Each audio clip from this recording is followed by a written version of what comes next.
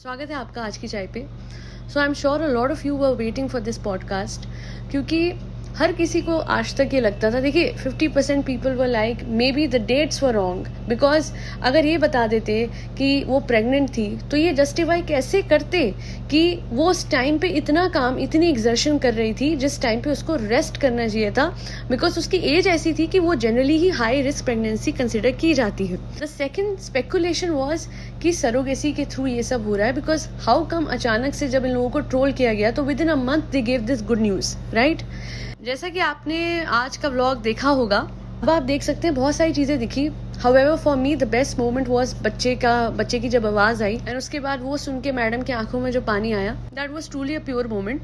और जहां तक बात रही इस बात की कि क्यों क्वेश्चन उठ रहे थे, देखिए वो भी गलत नहीं थे, बिकॉज अगर ये जेन्युइनली प्रेग्नेंट थी, जो कि इस व्लॉग से एस्टेब्लिश हो रहा है to a great extent, then how come इनके इन-लॉज में इनका कोई ध्यान नहीं रख रहा था।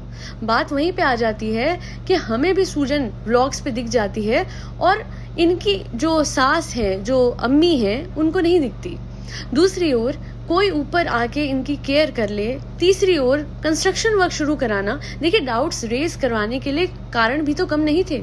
अगर आपके घर में कोई भी प्रेग्नेंट हो तो आप कभी भी इतना भारी कंस्ट्रक्शन वर्क अंडरटेक करोगे?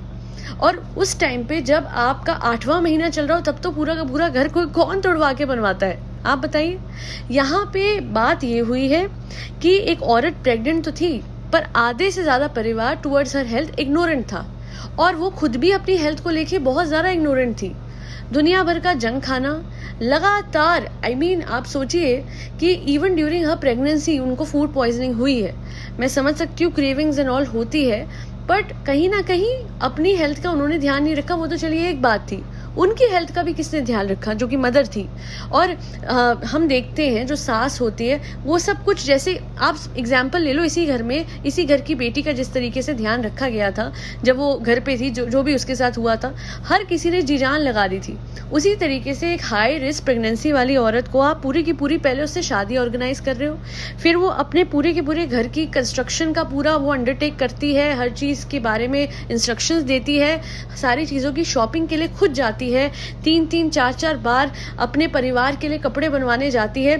शादी के उसने कपड़े उस दौरान बनवाए थे, एक एक रूम उसने उसके लिए डिजाइन जो है पक्का करा है, वो इंटीरियर डिजाइनर के घर पे गई है। वो फिलहाल अभी थोड़े आप समझ लीजिए डिलीवरी से 4 दिन पहले वो आइकिया होके आ रही है, उसके बाद वो वहां पे जियो मॉल होके आ रही है।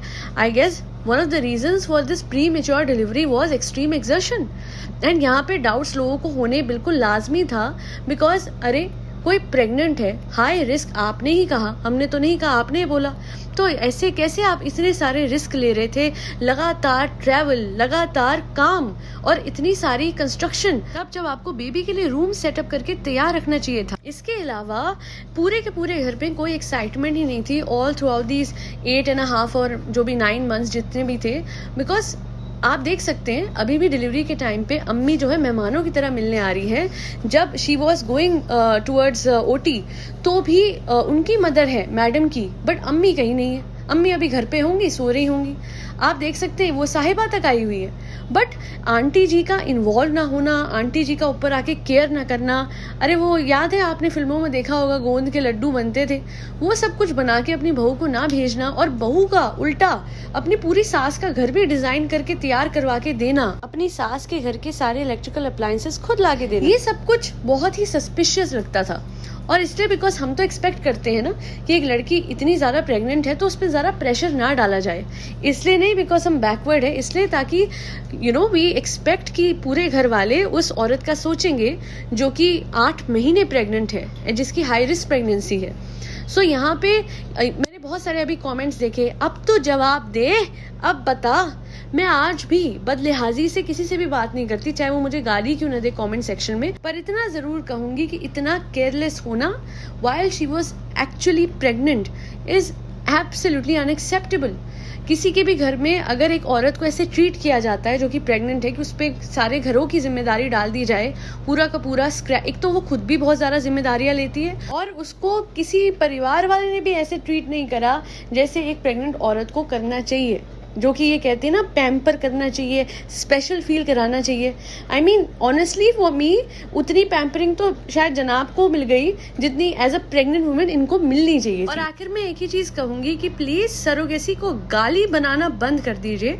लीगली करी जाए तो कई लोगों के लिए ब्लेसिंग है, कई ऐसे कपल्स के लिए ब्लेसिंग है जो कि बायोलॉजिकली बर्थ नहीं दे सकते हैं बच्चे को, तो अगर वो सरोगेसी ऑप्ट करते हैं तो सरोगेसी का मतलब ये होता है कि बस वूम किसी और का है, बच्चा उन्हीं दोनों का है जो कि असली माँ बाप होते हैं। एंड मैं एक ही चीज कहूंगी उस हर माँ से जो कि प्रेग्नेंट है, प्लीज अपना ध्यान रखिए। मुझे पता है मैडम की तरह आपके पास उतनी सारी फैसिलिटीज, इतने हेल्पर्स, इतने वर्कर्स नहीं होंगे और बहुत सारी जिम्मेदारियां आप पे होंगी, पर हमेशा याद रखिएगा कि आप भी बहुत इंपॉर्टेंट है। एक बच्चे की हेल्थ जो होती है उसकी मदर की हेल्थ से होती है। माँ खुश, माँ कम एग्जर्ट होगी, माँ हेल्दी होगी तो बच्चा भी 100% हेल्दी ही होगा। और बाकी जब हम अपनी तरफ से 90% करते हैं तो 100% करने वाला वो ऊपर वाला है। आज के लिए इतना ही। मैडम एंड जनाब, congratulations again. May God bless your baby boy with a long and beautiful life. That'll be all. Do like, share and subscribe to आज की चाय. Thank you so much for tuning into आज की चाय podcast.